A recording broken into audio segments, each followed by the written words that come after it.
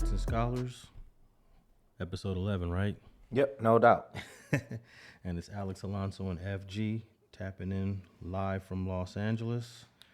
And what's been going on with you, man? Oh man, just taking it easy. How everything been going with you?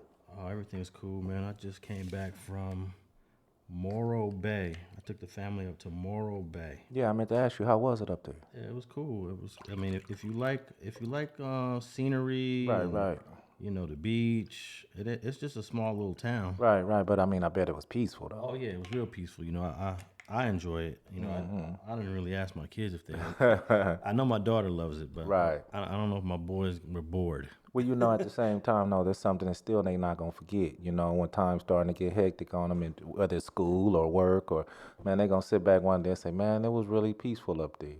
Yeah, for sure. At least they can, you know, they could tell their friends they went up there, and it was cool. We went off the big huge rock they have up there, and then they have all these squirrels that come running up to you, and these squirrels are like huge because they want you to feed them. Yeah. And it was crazy. Like the squirrels really just walked up to your feet. Yeah. And everybody's like, "Hey, what's going on?" Right. We scared of the squirrels. They're so damn aggressive. But yeah, man, that's all I did, man. Just hung out there and drove up there. It's about 3 hour drive, about 4 hours, something like that. Well, I'm glad you was able to get up there, man. Get some time off, man, and you know, got to spend that family time. But yeah, for sure, man. I try to do it, man. My kids are getting older now. It's getting to a point where I ain't gonna be seeing my kids anymore. Yeah. You know, I've been working on prom. I got prom coming up in 2 weeks, so Yeah. been working on that with my daughter. So But some people are excited about their kids leaving. For a minute, I thought I felt like that, but my daughter's been gone now. She goes to school, and I'm always asking her, "Hey, when you coming home for the weekend?" She's like, "Nah, I'm busy." right. So I'm trying to figure out a way how do I get her to come back home? But Right. she's ready to live her life. Hey, you know what? But she's gonna come definitely. Believe that. I'm a little disappointed about that, man. Man, I can see you in your feelings, baby. That's your baby girl, though, so I My understand. firstborn, yeah, man. I get it. My firstborn. So what you been up to though? Oh, nothing, just working, man. You never know. did talk about that motorcycle ride that you posted about on Instagram. That Oh, you down went in out Arizona? In Arizona. Oh, man, that was awesome, man. You know, that was the furthest I had ever rode. You did a video about it. I did a video about it on FG Unleashed on YouTube. It was really nice, man. I'm talking about just the scenery, just to be out in the desert, just to be rolling, you know, and not to mention with a bunch of bikes. So you had the security of, you know, you're not worried about, you know, it was awesome, man. It was awesome. Yeah, it looked like y'all was deep. Oh, we was deep. Yeah, I rode out there with the Hub City Riders, man, and they showed me so much love, man. And it's really a bond that they have, you know. But like I say, just the ride itself, just to be so many bikes, just to see the smiles on happy faces. I mean, it was a good thing, man. We had a good time, man. So are you thinking of linking up with one of these clubs at some point? You know what? At some point, man, it's like I always said, I would never do it. You know what I mean? You know, because my perception of it is at first was, you know, I joined the gang once. You know, but, you know, I used to make that joke all the time. But I do see the brotherhood. It is older men, working men, you know, men that have responsibilities and bills to pay and, you know, mouths to feed.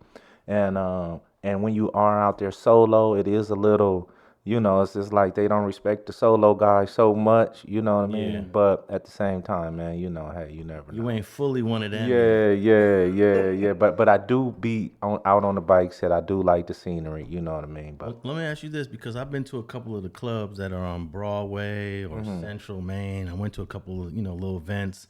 And what I was shocked to learn is that some of these clubs actually have police that are members. oh, no doubt. And it's Crips, Bloods, and cops. Well, you know, that's where I love it at. That's where the camaraderie come in at. Arizona, when I went out there, really showed me, you know, black people as a whole with gang members involved, man, really know how to act and really know how to hang out. You know what I mean? I'm really starting to push it down towards the youngsters because it's starting to see that the older guys know how to get down. You know what I mean? Know how to chill, know how to relax. So, you know, it's a cool environment. You know, even the ones on Broadway.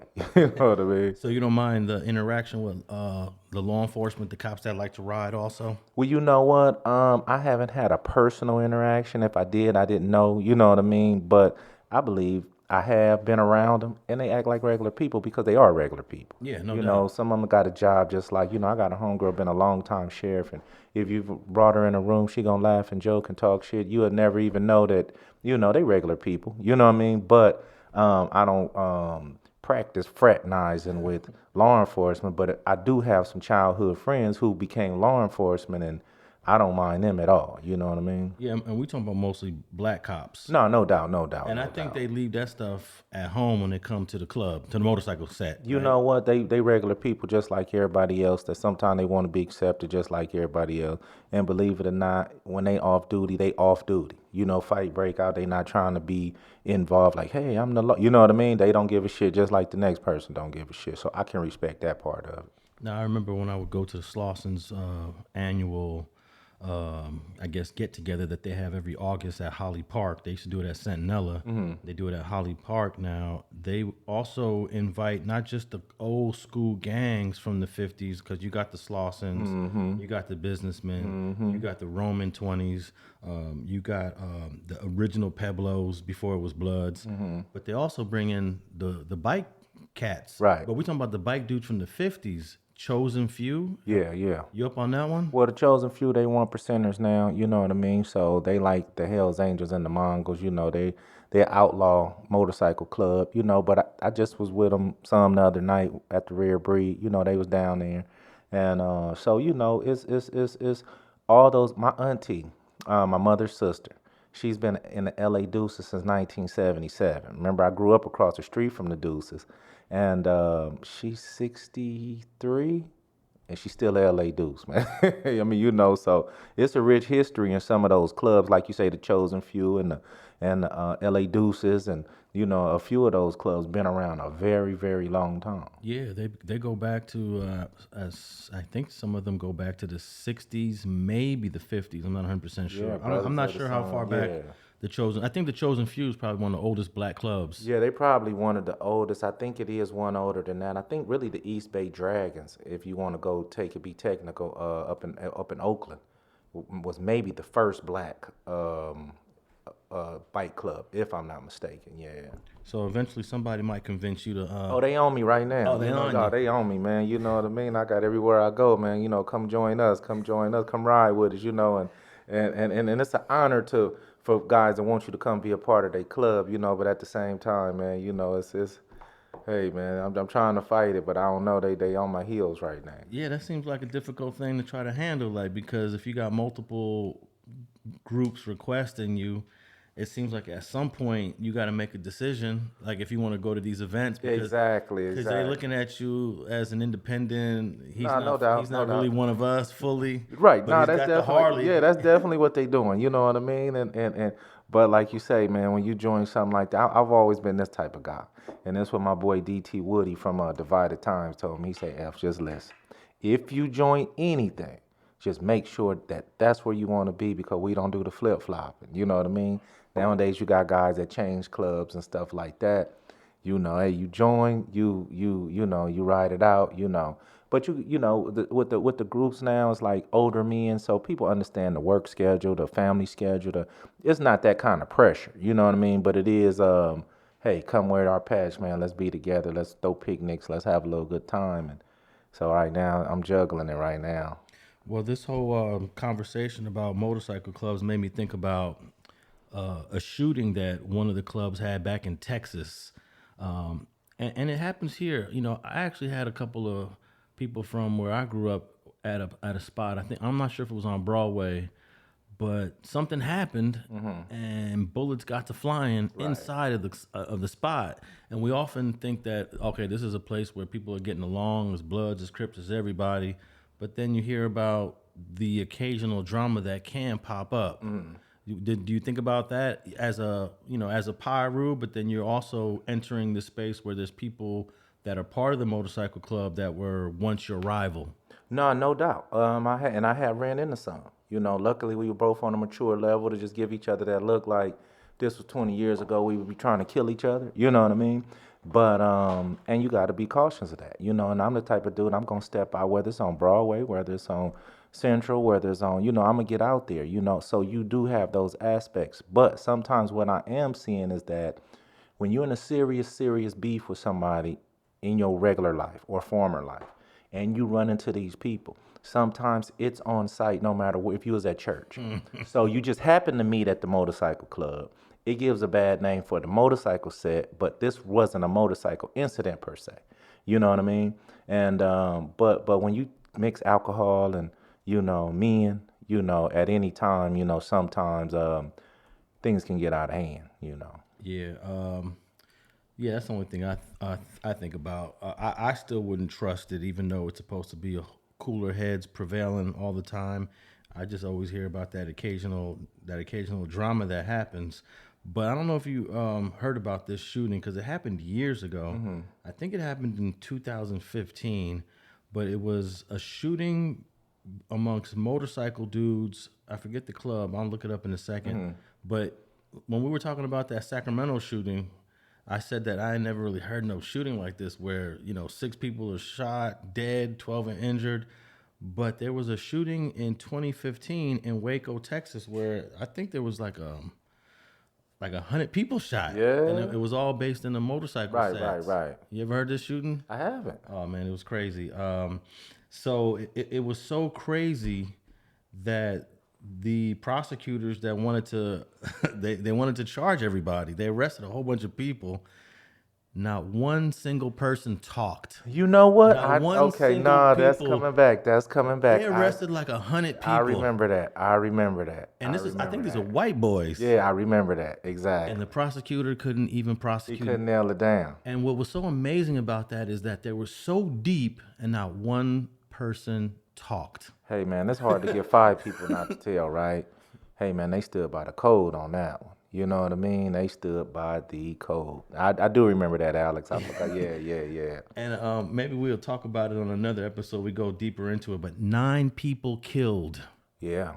Texas prosecutor drops all charges. Yeah. This is in 2019, so it's 4 years later. Prosecutor drops all charges against everyone they arrested for those 9 murders. Well, you got to realize when you got hundreds of people, 200 people, 300 people, even 500 people, somebody get to shooting, you can't nail it down. Especially even if you arrest somebody, you can't always, unless you have a witness to come get on the stand and say, I was standing next to this dude when he did it. Outside of that, I mean, you go in murder, you got to be without a reasonable, beyond a doubt. You know what I mean? And they probably saw that they couldn't even get close to that. Well, which is unfortunately, not to cut you off, but it's unfortunate for the victims and their families, though. But at the same time, you don't want to falsely convict nobody either, Exactly. Well, they arrested 177 bikers. Damn. A grand jury indicted 155 of them on charges of organized crime and the 9 murders.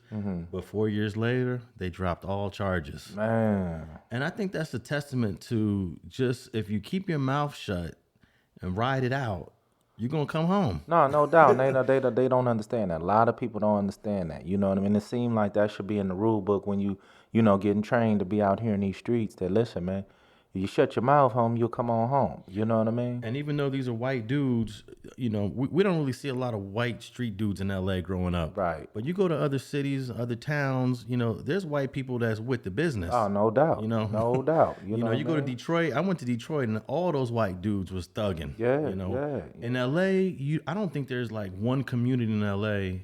where white dudes thugged out. I think maybe back in the 70s and 80s in Venice, there were some white dudes thugging. But for the most part, we don't really get to see white street dudes. Well, the funny thing about it, which is ironic, and me and you haven't even discussed this, I was just talking this morning.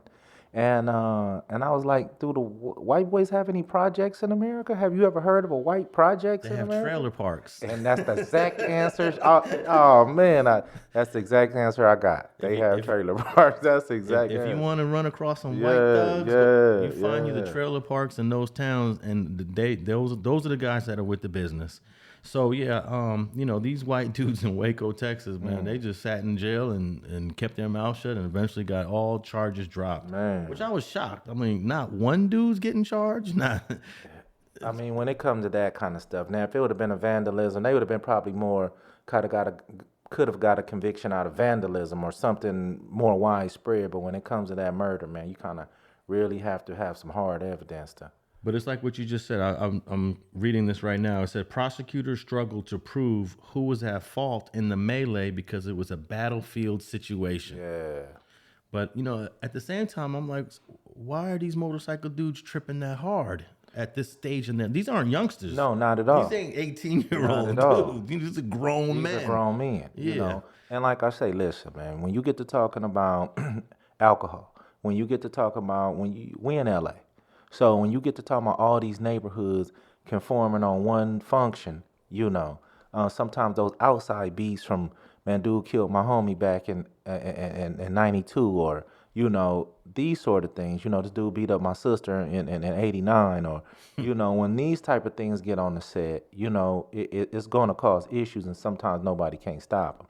The problem is that, or with me, which I see is, just like I was in Arizona, I ran into some homies from everywhere, you know what I mean, from all different bike sets. So if I was to get into it with one of your club members, who do y'all roll with? Me as a homie, or your bike set as a bike set? And that's the question that I'm trying to figure out now, because if we power rules over here, or Crips, or anything, and then you got another club with power rules and Crips over here, is it a club thing about? It's almost like some paperwork type stuff. It is. You I was know about what to I mean? say it's another way of being cut. Yeah, right. You know what I mean? And that's the institution I don't believe in. My personal preference. But so that's where I'm trying to see with all these. But on the flip side, it's fun out there, man. And to be a part of a club, don't get me wrong, is when I watch them, I smile when I see them, because they look good, man. They in sync with each other. They have each other backs. You know what I mean? And I do like that. Yeah, that is interesting the way you characterize it. Because while you were saying that, I was thinking it's another form of being cut to a certain degree, even though it don't got the prison politics behind it. Right. But is there motorcycle politics? It's still some politics behind it. There's definitely motorcycle politics. And I'm learning them, you know what I mean? I'm like, I didn't know certain things about the bike set. Still don't know everything. Still doing my due diligence, you know what I mean? But like I say, man, I'm fighting it, but So what is it like being on one of those hogs? Because I've never actually rode one before. Well, you know what? I read an article that said this. You will never catch a Harley outside of a therapist's office, outside of a shrink's office. You know what I mean? It's a feeling, man. And like I say, when you get out in that wind, sometime I ride my bike to come see you, man, and that's my best feeling of the week. To get on that freeway, to get in. I'm only riding, so many miles, but at the same time, it's a great feeling. I always say, man, I'm gonna get out there and let my hair blow in the wind. Of course, I don't have any, but that's my feeling. You know what I mean? And I believe until you have a motorcycle, or it's other outlets. But for me, and if you have a motorcycle, man, I'm talking about, man, you should not be stressed out too much. At least you have an outlet to get out and.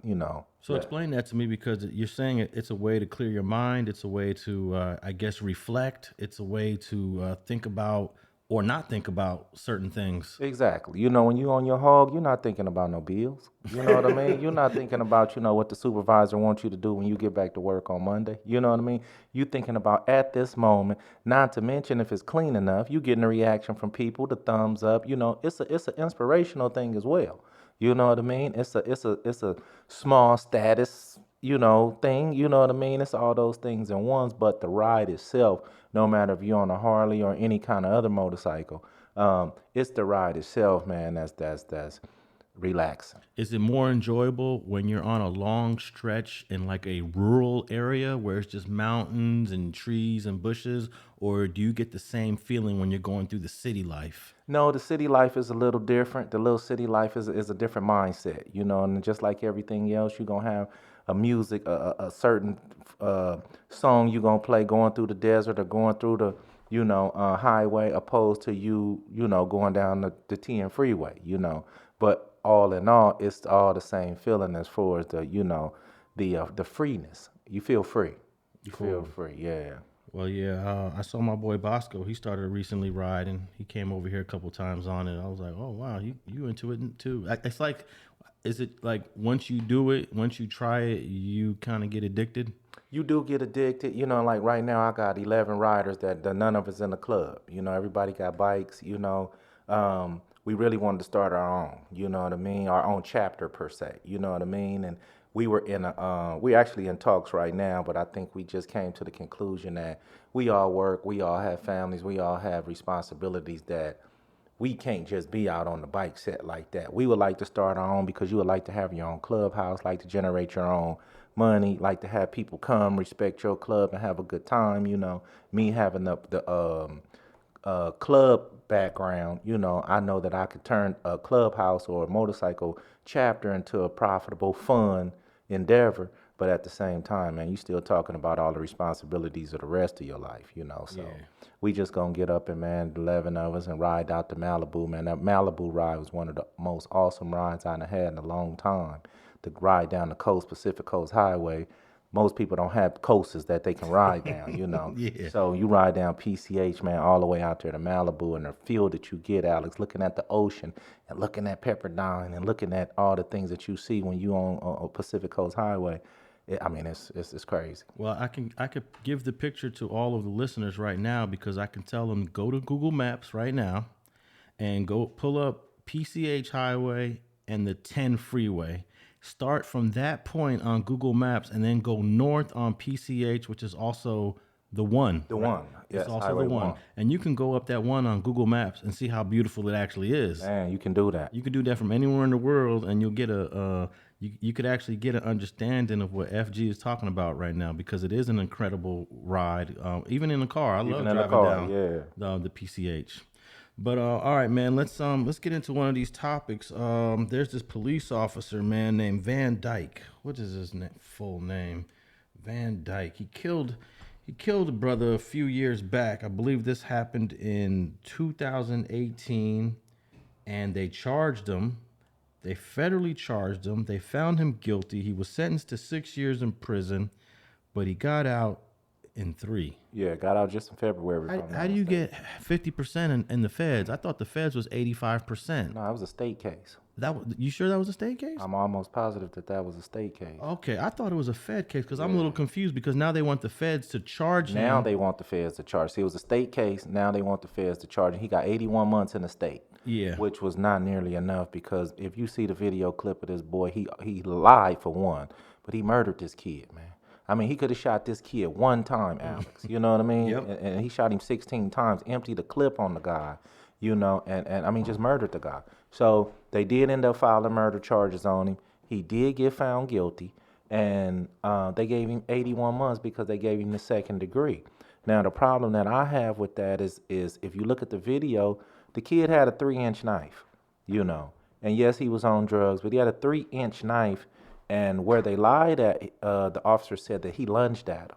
But if you look at the video, which came out later because they didn't put the video out, you know, while they were making these excuses. When they finally put the video out, man, the kid was 15, 20 feet away from him before, and they shot him, emptied the clip on him, man. It was real sad. But on the federal side, they wanted to, since he only did 3 years off of 6, which he should have did just 30 off of 60, you know what I mean, for this murder. The family and other people wanted the feds to come pick it up and retry him on it, and that's what was going on. All right, I was confused for a minute because I thought initially the feds charged him, and I'm like, well, if the feds charged him the first time, why didn't they add that civil rights violation charge in it originally? So I got it now. He got prosecuted by the state. He got out. They want the feds to charge, but the feds are saying... Well, the feds are saying this. The feds are saying that it would have been harder to get a conviction in the feds because they have a higher level of degree of what you need evidence. So, but the family, a lot of the family members were saying, yeah, we want the feds to retry and refamily. But the uncle, he's a reverend. The uncles came and said that, listen, we really don't want the feds to retry him because if the feds retry him and convict him, guess what's going to happen to hundreds and hundreds of black men now? They're going to start getting them out the states, retrying them, and they really going to have a ball. That was the uncle ideology, that this is going to really backlash on to young black men. And he was the one who told the family to eventually start to tell the feds that, listen, we not going to push for the retrial, you know. Yeah, because the federal offense would be violating the civil rights of Mr. LaQuan, what's his name? LaQuan McDonald.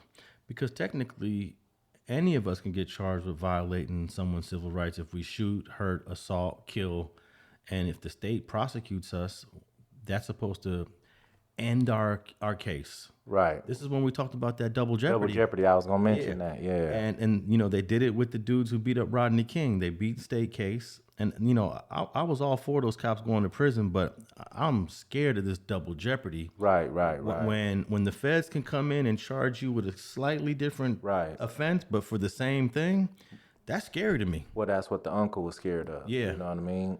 I agree with the uncle on that, but I also am disappointed that a dude only does 40 months in jail, which is what, 12, 24, 36, That's 3 3.5, 3 years and 4 months. Right. That ain't nothing. No, that ain't nothing. that. I'm not laughing because it's funny. I'm laughing because I'm just shocked. Well, that's the thing about it. I read the article a few times. Read a few articles on it. Was disappointed, but it wasn't until I saw the video that I was hurt. You know what I mean? I'm talking about it. It kind of like, you know what I mean. And I'm not an emotional guy like that. I'm talking about, man, when I saw this kid, how they did this kid, man. Even the other officer had to tell, because dude went to reload his gun. The other officer had to tell him, oh, hey, hold up. You know what I mean? That's crazy. You know, not to mention this cop. Do you have the cop's name right there? I knew it for a second, but Van Dyke.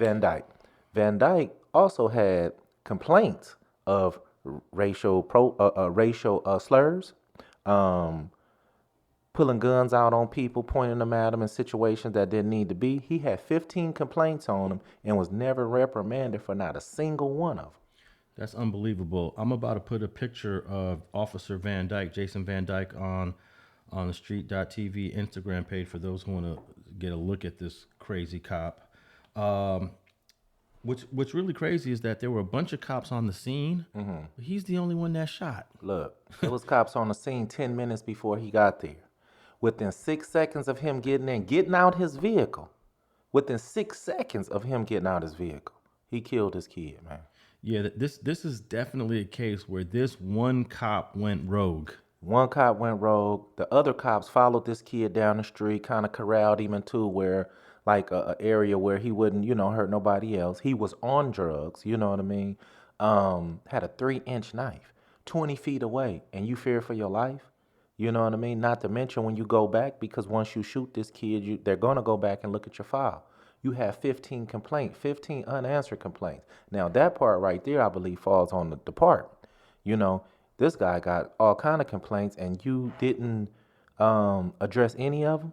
Now, he killed a kid, and you guys have all this information, and you give him 81 months in the state, which in different states, you only going to do so much time.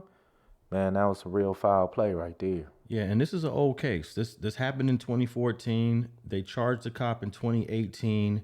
And the reason why we're talking about it now is because the federal government just announced that they will not seek out federal charges against Officer Jason Van Dyke. And I'm kind of like mixed feelings about it, because I don't like the federal government coming in and charging people again for the same exact thing. Well, you know what? I can't say that. I agree with you 100% on that. At the same, I didn't want to see him get reconvicted. I wanted to see him get the time the first time. Or at least he got 6 years. Well, I don't know how Illinois does their prison sentence. I guess they do 50%. Well, they should have gave him 20 and make him go do 10. To go do 3 years. Listen, if you didn't have the video, you didn't have the knowledge, the understanding of how everything went, that's one thing. But when it's clear, man, it just because you're a cop don't make it right or don't make it better. Because anybody else would have, hey, man, that was crazy. 16 times the brother was shot. He emptied out the whole magazine. He dropped him with the first shot if you look at the video. Yeah, I'm just shocked at these officers who clearly go rogue, who clearly violate the law. And we talked about this before with the deputy here in Compton that shot Ryan Twyman. They don't charge them with murder, first-degree murder. They charge them with lesser offenses, right. So they don't end up getting shorter jail time. At least in this one, they gave him a second-degree murder and aggravated battery charge. But damn, only 81 months. Right, you didn't give him the time to come with it, though. How do you get 81 months for second-degree murder and aggravated battery?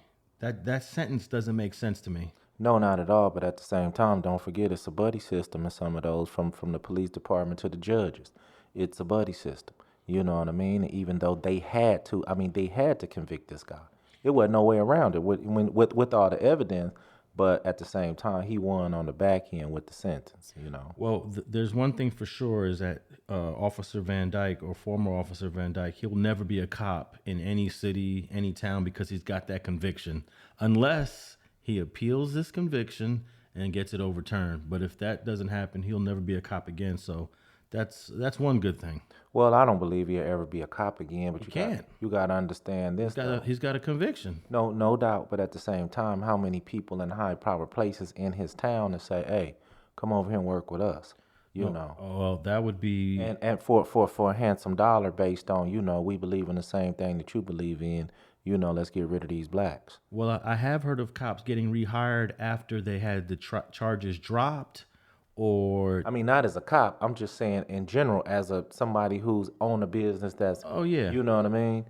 Listen, man. Somebody gonna pick him up quick. Oh yeah, he'll get hired somewhere doing something, but there's no way. I will give you $1,000 right now. I'll give you $5,000 if this guy gets rehired as a cop. Oh no, he probably never be a cop again. The only way that could happen is if he gets his case overturned. I'm sure he's gonna appeal because he went to trial, and he still has his appeal rights. And some of these cops have actually appealed their convictions and got them overturned. You know what? I don't think he will in his case, because the judge probably told him, "Hey, check this out, man. I showed you all the love that you're ever going to get. Exactly. Sit your ass down somewhere." So he may not appeal. And he might have said, "Hey, I talked to the feds and they're not going to charge you either." Yeah. So go sit your ass down. Exactly. And enjoy the rest of your life, which is sad because this 16-year-old is dead. You know what I mean? Yeah, well, man, that's unfortunate that the brother LaQuan lost his life over, I guess, you said it was a 3-inch knife? 3-inch knife, man. See, that reminds me of the Eula Love case that I talked about that happened in Athens Park in 1979. Exactly. See, there were no cameras back then. Exactly. There were no body cameras. There was really no surveillance. No Ring doorbells, yeah. But what the cop did in that case in 1979 is not much different from this. If that happened, if that happened today, that cop would get charged. With the right prosecutors. Right. But in 1979, they did nothing about it, man. All right, man. I wanted to talk about this other thing. I don't know if you heard about this, and I really didn't know a lot about it because I don't follow a lot of these young rappers. But there's this rapper out in Florida named YNW Melly. Mm-hmm. I think it's Melly. I wrote here Mello. It's Melly. Yeah, Melly. YNW Melly. You know what the YNW stands for? I don't. Young Nigga World. Oh, wow. Yeah, I wouldn't have got that one on the Jeopardy. Yeah. But he has a whole crew of other artists. He's like the leader of this. Right. So everybody's YNW something. Right. Hey, this dude decided that he was going to smoke 2 of his own homies. Got them in the car. They chilling. They driving out somewhere a little far. These dudes don't even know what's going on. Right. They get somewhere. And they shoot both of them execution style. Then they shoot up the car to make it look like it was a drive-by. Melly's homeboy takes the 2 dead dudes to the hospital to make it look like a drive-by. And the cops figure this shit all out and charge the dude with murder. And this dude was a successful rapper. Right. This dude was making hundreds of thousands of dollars. Yeah, he was on. He was already up there. He was doing his little thing. Worked with Kanye West. Oh, I didn't know that. Yeah, worked with Kanye West. And his trial was supposed to start last week. And right now they're in the middle of, they just postponed jury selection. Right. But let me tell you what's crazy about this. I was videotaping a book signing here in LA back in 2017. And this dude was there. Oh, is that right? But I didn't know who he was. Right, no doubt. I was just shooting footage. Yeah. I was just shooting footage, and he was there, doing his thing. And he was shooting a little video. And then I got footage of him, and I also got footage of the dude he killed. Oh, wow. They're there together. Damn. And it was just bizarre, but it's gonna be a huge case. His real name is Jamel, get this, Demons. Yeah, I saw that. Yeah. And that's the way his name is pronounced. Right. I was watching some of the news on this. His name is Jamel Demons, and he's actually facing the death penalty. No doubt. Because, Florida don't play. No doubt. They was down there in Broward County, man, and, they going to get their head knocked in. But I'm going to tell you like this, what I think, my personal opinion only. His boy Corey going Was it YNW Corey or some of his co-defendant? Or he gonna roll, man. Probably. From what I'm seeing, from what I've saw, you know what I mean. They got separate trials. I think the boy Corey finna roll on him, man. Yeah, they separated them out. They're gonna have 2 different trials. His is coming up, I guess, 3 months from now or something like that. But there's been a couple of rappers, I can't remember their names, but it might have been Meek Mill that are saying, "Oh, my boy Melly's innocent." So that he's got a little bit of support still in the hip hop world. Oh no, he got some support. He also posted yesterday via his Twitter account or something that he said he gonna be home in a minute. So he have some feeling that he got some action. But the thing about it is if whatever Corey knows, if he just be quiet, not that I'm condoning them killing 2 friends, that's foul right there, But I don't know what the friends did or nothing like that. But I mean, I don't know if it was worth their lives. But I don't know. I'm gonna say this, just so you can see where I stand. I think Corey ain't gonna be able to hold his mud, man. Hey, we're gonna find out shortly. The two victims that they're alleged of killing is Anthony Williams, who was 21, Christopher Thomas Jr., who was 19. They're both from Florida. Kids. And they're both of this YNW crew. But you know what? It's really, I mean, the way he did it, that's kind of crazy. But growing up here in LA, you grow up in an area, you grow up in your neighborhood, and everybody's homies, everybody's friends. And you know that when you cross that side of the freeway or you cross this street, that's where we got to be careful. So we're all tight knit. We got each other's back. But at a certain point, you find out or you realize that, hey, one of the homies killed another homie. Yeah. And when that started happening, I started thinking like, wow, if people can kill each other within their own neighborhood, then nobody's safe around here. Man, ain't nobody safe, man. I thought we were safe. I thought all of us were safe as we are together. Right. But one of y'all might be plotting against another one of us. And I started seeing that in the late 80s, early 90s, and I started thinking like, wow, homies killing homies. You started to see it also when the money came around. When people got to selling the drugs or people got to hustling or pimping or whatever they was doing out there and the money came around, jealousy breeds envy. You know what I mean? So maybe, you wasn't getting as much on your block as I was over here getting on my block, and the money. Because when we didn't have money, Alex, in the 80s, wasn't nothing, it was all love, and money and females, man, and they the ones that twist and turns and, homie will kill you over a female, you know what I mean? I done been in a situation where the homie liked the homegirl way too much, and you know what I mean? It was vesting feelings that, you know what I mean? Hey homie, well, nobody knew you felt like that, but was cold killers, you know what I mean? And it was sad. I started to watch it just like you, early 90s. Man, you start to see it a little more often. There are actually some hoods in LA. I ain't gonna say the hoods, but some hoods in LA, most of their victims are all internal. There's some hoods that most of their homies was killed by their own homies. Well, I'm off the east side of Compton, so you know what I mean. It's not new.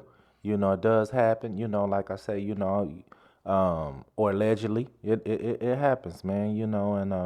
And it's a cold thing. So not only do you got to watch your homies, you got to watch your enemies.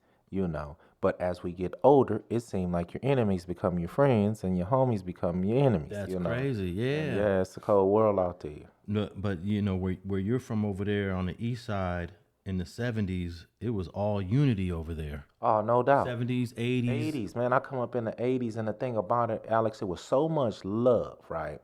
And I'm not trying to disrespect no gang members out there today. I don't see what the hell they see today. Because I understand back in the day, you know what I mean? It was love, man. Now it's like, friends hate friends. And I mean, it's crazy. So when I read this YNW Melly situation where he allegedly killed 2 of his homies from his same crew, it's not unusual. This is not, unheard of, It's not, but I just really, I probably would never know. What did these 2 young men do that was so foul that somebody needed to take their life, allegedly, if it was Melly? What did your homies do that was so foul, bro? You couldn't get at them, run that fade, or get them DP'd, or what was so foul you had to say, nah, it's over for them? I think I read one article where the state is alleging that one of these two dudes was going to get $200,000 from a record company, and I guess Melly wasn't feeling that. Oh shit, So this is back to what you said: women and money. man. You know, but I don't know what it's about. But this dude seems pretty confident that he's going to beat this case. Yeah, I see his pictures in the paper and on on YouTube and stuff, and he keeps a little smile and a little stuff on his face, like, hey man, maybe he trying to say it wasn't me. You know what I mean? But Do you listen to a lot of rap music from dudes that are from this age group, like 20 years old, 21, 22? no, Yeah. I don't. But I have a 19-year-old son, so he sends me jewels. He puts me up on like a young rapper. I don't know if you ever heard him, Polo G. And man, that boy be going though. You know what I mean? So, but some of the stuff I can't even listen to. But my son, he kind of filling me out and know what kind of stuff I like. Some of these dudes really got some little flow in them. You know what I mean? Now the shit they talking about. But yeah, what I mean, I'll be listening to some old school shit. Yeah, man. Well, this is going to be a big trial in Florida. Very well-known rapper. For those who are unaware of him, I really wasn't up on YNW Melly until this whole situation happened, and didn't even know that I had footage of the young brother going back to 2017, and I got footage of the guy allegedly that he killed. So I'm gonna be keeping my eye on this trial. I'm kind of interested in seeing how much of the music becomes part of the evidence. I don't know, when you were dealing with cases back in the 90s, there weren't too many homies making rap videos and doing music. Right. And or had video or had social media. Didn't exist. Exactly. But now if you catch a case, prosecutors are like, hey, pull up his Instagram account, Right. pull up his Twitter. Exactly. Let's pull up his Facebook. And then that becomes part of the evidence. Part of the evidence. Part of the discovery to Against prosecute. you. Exactly. Right. So apparently they're gonna use some of his music. He actually has a song called, like, I don't remember, like Killing You. Yeah. He got a song, and I think they're gonna try to enter that as evidence. What do you think about how they can use social media and music videos against you? Well, I mean, the first time I kind of really was up on it was when the boy Bobby Schmurder had that song, and he mentioned about a week ago. We just got a body about a week ago. And apparently it was some truth to that when he made that song. And they went on to come on and put him on trial for a body that same one he was really talking. So some of these dudes is getting up in these songs really stating facts, and me knowing some of the shit that goes on, the intricate part of my side of town, some shit I can hear from some of the rappers on my end, and I know that you ain't just rapping. That really was some real shit that happened on that street or something. You know what I mean? But dudes just got to be mindful, man. But I don't think just making a song. I mean, there's so many people that have made songs about killing and this and that. Pac sit up there and said, I'm kill your whole family. But that don't mean he was going to do it. You know what I mean? So I'm sure at some point there got to be a line drawn where, man, this is actually just a song opposed to you talking about a specific situation. I'm sure if your old attorney DiGiacomo was still around, he would have ways of challenging entering that type of stuff as evidence, because he seemed like he was a pretty on top of his thing type of lawyer. No, he was thorough than he would have. You know what I mean? And he told me stuff that I looked him in his face, and I said, man, that'll never work. You know what I mean? And it actually worked, and I was like, wow. Some of these attorneys, really have ways to go about certain situations that it don't sound right, but shit, it worked. Yeah, because you could actually file motions to prevent some of this stuff, like rap videos and lyrics, coming into your trial. But ultimately, it's the judge's decision what he's going to allow and what he's not going to allow. And oftentimes, man, the judges be letting this stuff come in. Well, they might do, but that don't mean just because the evidence come in that's going to get the conviction. Especially if it's a decent attorney that knows how to argue that these are lyrics from a whole set. It's about swaying that jury at the end of the day.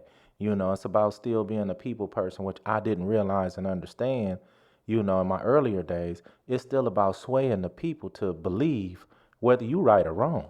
It's getting the jury to believe that you're not wrong or you right. You know what I mean? So I think I thought everything was case law and facts, and sometimes it's not always that.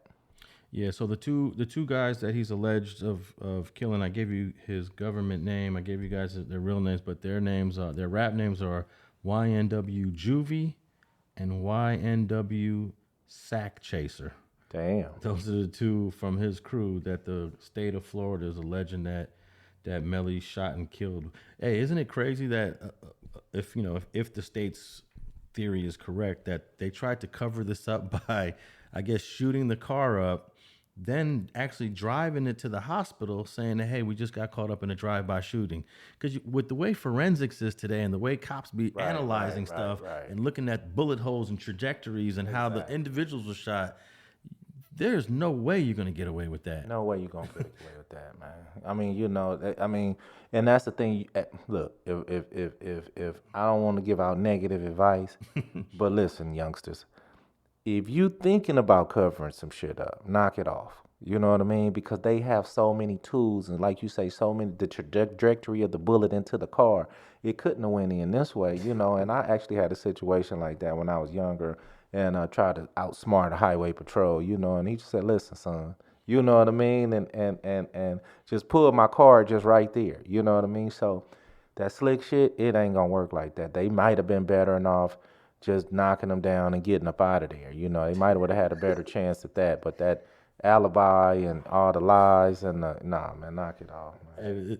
What you just said right there, it made me think of the handful of comments that we've both received that are claiming that we condone violence, that we are signing off on a lot of this stuff. Well, that's why I try my best when I say something to try to come back, because I don't condone it. But don't get me wrong, I have to look at it from both sides because I'm from that side of the train tracks. You know what I mean? Where, I come from that side of the street. There's no question of who I am and what I used to be about. But at this day and age, man, trust me, I got kids and I got families and I don't want to see innocent people. Now, when you get to talking about gang members and shit, I'm gonna just call a spade. You know what I mean? But I am saying, knock off that dumb shit. Trying to cover up something like that, Not trying to give no advice on how to get away, but I'm just saying, damn, that was dumb. That was stupid. Yeah, I mean, I feel the same way. I'm not giving advice, but there's no way you're going to outsmart law enforcement by trying to shoot up the car and then deliver the victims to the hospital and them not figure out what really happened. They have scientists that analyze the cars, the bullet holes, the entry wounds. They have a coroner that's going to do an autopsy, and the coroner is going to tell the police exactly how they were shot, exactly how their bodies were positioned. Again, I'm not giving advice out there, but you got to be really living in a whole nother time zone, or not a time zone, time era, if you're not going to realize that law enforcement is going to figure this out. Not to mention, like you say, you got cameras on every corner damn near. They can damn near track you from, once they get a bead on you from one gas station or one street corner cam, I mean, it ain't gonna add up, man. Yeah, and I don't condone none of this, but I may sound like I'm not as critical as the next person is because I grew up around stuff like this. I come from parents and families that the best answer to fix a problem was violence. Right. Oh, they snatch your purse? Oh, okay. They don't want to give it back? Okay, then we got to go over there and handle it. No doubt. If they're gonna get my mom's purse back, I mean, I'm giving you real scenarios. Right. They took mommy's purse. Yeah, they took it. Who got it? It's on that street. Who you saw who took it? Yeah. You think these people are gonna give that purse over nicely? Right. No, you got to go over there and you got to push a line. No doubt. And sometimes the only way that purse is being returned back is by violence. So do I condone it? No, but I have seen violence used to solve many of problems, small and big. So no doubt. I'm not here trying to support or condone it, but it frustrates me when people actually think like I'm co-signing this. Well, they got to understand also we're just having a discussion as well. Yeah. You know what I mean? So we looking at it from both realms of the spectrum. We looking at it like we know the legalities of, you shouldn't have done that, son. But at the same time, man, we are giving, analysis on, our thoughts on every situation that we in. So of course, don't think like you say we condone it or we hope the killer get away. No, that's not what we doing. But at the same time, I am gonna give a answer towards, well, damn, he could have did this better and than that. You know what I mean? So Yeah. And then also, I come from the perspective where I work with defense attorneys. So a lot of my clients are charged with murder. Most of my clients are charged with murder or attempted murder. My job is to defend them. My job is to help our job is basically to give this client what the government said is his right, which is a vigorous, robust defense of all these allegations. So am I over here condoning violence? No, I'm doing what the Constitution says that is right, is that a proper defense. You understand what I'm saying? Well, it's funny because when I was coming up, the term doctors and lawyers and, surgeons, and these were the things that you want to be in life, right? Then when I got a little older, I started hearing, okay, lawyers are the scum of the earth. You know what I mean? And I was like, hold on, now I have to figure out why they feel that way. But like you say, here in America at least, everybody has their right to a fair trial. Everybody has a right to a defense, and that's just how it is. If you have a great defense, that's better than what the prosecution is coming with, right or wrong, guilty or not. That's how it is in America. Yeah, because YNW Melly could end up calling me up one day and say, hey, I heard you real good with, consulting defense attorneys. And if I wanted to, I'll take his case. Right. And he has every right to a rigorous defense. And there's nothing wrong with that. Does that mean that I support double murder? Absolutely not. But it's just my job is to get in there and make sure he gets a fair trial and that he doesn't get railroaded and that everything is fair. Well, most time when people go to jail, and this is nationwide, probably worldwide. When you see somebody on TV and they say this guy was charged with, we arrested this guy for any crime, the first thing people do is convict him on TV, convict him right there on TV in their own mind. You don't have no evidence. You don't have, well, he was running from the police. Well, maybe when the police put him over, he was a mile from his house and he really needed to use the restroom or something. And you don't know, you know what I mean? But we do easily convict people without knowing all the circumstances. So I think America itself can sit there and say we've all been guilty of that at some point.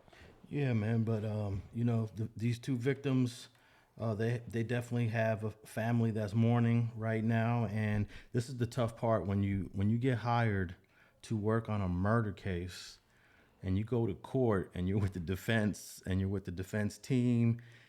The family of the victims is sitting right over there. No doubt. And I'm sure they're looking at you. They're looking at me, and I'm looking at them, and I'm like, I feel terrible. Yeah. But at the same time, I got a job to do. Right. This guy might be innocent. Just might Maybe be. somebody else killed your son. No doubt. So yeah, it's tough, and I can understand that some criminal defense attorneys get a bad rap because they're defending people from the streets. No doubt. But hey, that's the way our system is designed, and it works to me. As long as the criminal justice system is fair, it works. I just had a trial up in the valley, and we got a hung jury. And I was hoping for a not guilty verdict. Right. I was usually I could feel when a not guilty verdict is coming. And when I left, when we finished that case, I smelled not guilty. Lori said, "Man, we got a hung jury, 9 not guilty, 3 guilty." Damn. That's so. Guess You what? gotta go back again. Got to go back and do the whole trial again. Now, do they switch juries? They do. They get a whole new jury. Okay. You got to start from scratch. Damn. Whole new jury. That's exhausting. Whole new jury. Yeah, it's exhausting for the defendant, especially if he's in custody. That means he's got to sit in there for another, however long it takes to do another trial, But yeah, so it may seem like I come off being, I guess, not sympathetic to the victims, but that is not the case at all, man. It's tough. It's tough going into a courtroom and seeing the family over there. And there's some cases that I would never take. Like, for example, the guy who killed Nipsey Hussle. If Eric Holder's lawyer hit me up and was like, "Hey, help me with this case," I'd be like, "Nah, man, I ain't touching that case." No, there's morality involved in a whole lot of things. Self-morality. Yeah. You know what I mean? And I'm not knocking the defendants the lawyers that he do have, because he's entitled to the rights just like everybody else. But like you said, at the end of the day, it's just some stuff you don't touch, some stuff you leave alone. Some That's a stuff. tough case right there. Yeah. You know, even his attorney, he had Christopher Darden as a defense attorney who used to be a prosecutor. Exactly. He prosecuted OJ and lost. No doubt. But he's a criminal defense attorney. He's a good guy too. I always bump into him in the courthouse. But he was Eric Holder's attorney in the beginning.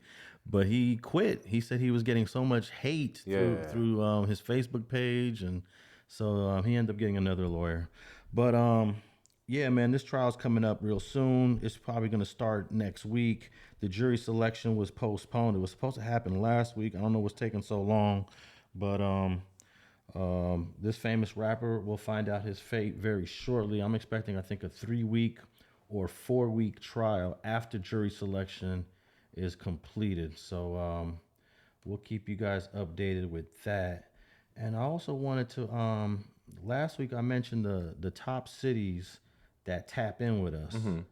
But I wanted to talk about the countries that are tapping in with us, because you know it's amazing that people are tapping in with us from all over the world.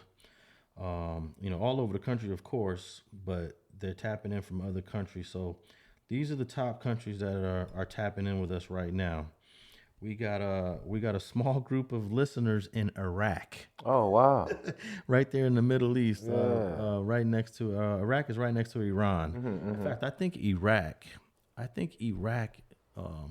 is where the Garden of Eden was at, where Adam and Eve lived. Right. Where it's present day Iraq. For those who believe in that, in the scriptures, that would be Iraq. Because in the scriptures it talks about the rivers that flowed into the Garden of Eden. It mentions the Tigris River, the Euphrates River. Yeah, those are real rivers. Yeah, I didn't know that for years later. Yeah, so I didn't know those are actual rivers. A lot of people think the Garden of Eden was in Africa. I'm like, it can't be in Africa. If you read the Genesis, it gives you the rivers. Go on the map. It ends up being in Iraq. So we got some people tapping in from a country called Montenegro. Don't know a lot about that country, Montenegro. Sweden, up there in northern Europe. Right. It's one of the whitest places you can go. World. Yeah, all right, Sweden. Keep tapping in, man. Russia, we got some dudes tapping in from Russia. And then Romania, the Netherlands, Japan, and the top 3 countries that are tapping in would be Canada, Australia, and the UK. Cool. But what's crazy about this list of international listeners and viewers, if you're watching us online, is that these are mostly white countries, with the exception of Iraq. Iraq is and Japan. And Japan, Yeah, these are mostly white countries tapping in and listening to what we got to say. No, but that's cool. Hey, you know, we welcome it. We welcome all. Yeah, definitely. I'm a little disappointed that we don't get to tap in with countries, you know, that are in Africa and in South America. And I believe the reason is because a lot of people don't even have access to the internet still. Right. There's a lot of poor folks in these countries. Poor folks in some of them, Yeah, so I'm definitely excited to see that we got people listening from all these different countries from around the globe. So on that note, man, we might have to just wrap up this episode of Streets and Scholars, man. Any final thoughts, man? No, man. You know, I just I'm definitely be checking out the YNW? YNW Yeah, Melly. YNW Melly, to see how that trial comes out. I'm really interested in seeing some of the evidence that the prosecutor comes up with. Just you know, I like stuff like that. You know. Yeah, I wonder if they're gonna have cameras in the court. Yeah, no tell. I'm not sure about that. I'll find out if they're gonna have cameras in the court. And then lastly, you got your shirts. We talked about them last week. Let's talk about them real quick one more time. You got your FG Unleashed shirts right here. I got the FG Unleashed shirts, man. You know what I mean? You guys tune in to FG Unleashed on YouTube. Got a few good things going over there. Y'all tap in. Make sure you subscribe. Check out the videos. Watch the like button. Hit the like button. I'm also on Instagram at FGeneral1. And tap in with me, man, and I appreciate it. So if they wanted to get one, what's the easiest way? The easiest way is they can, right now, you could DM me, and we could get a Cash App or a Zelle, and I'll have it shipped out ASAP to them. What's your Cash App? Cash App is FG, you know, the $ FG Thornton, THORNTON, and send me an address, and I'll have them in the mail within the next day or two. So you have your, is your Cash App on your YouTube account for people who didn't get that? Yes, it is. It is on my YouTube account. You could tap into FG Unleash and you'll see my Cash App, FG Thornton. And like I say, make sure you do leave a name, an address, and if it's an apartment or anything, apartment number, and I'll make sure I get them right out to you. I appreciate you guys. Definitely, man. And anyone that's trying to reach out to me, I'm at Alex Alonso 101, Instagram, Twitter, and Facebook. And definitely tap in on the podcast platforms. I don't know if you're listening either on Spotify, Google, Apple. Follow us on all those platforms, whatever platform you're listening. And also, if you're on Apple, leave us a rating and a review so that we could read those and perhaps respond to them on the air. And on that note, that wraps up another episode of Streets and Scholars. Thanks for tapping in.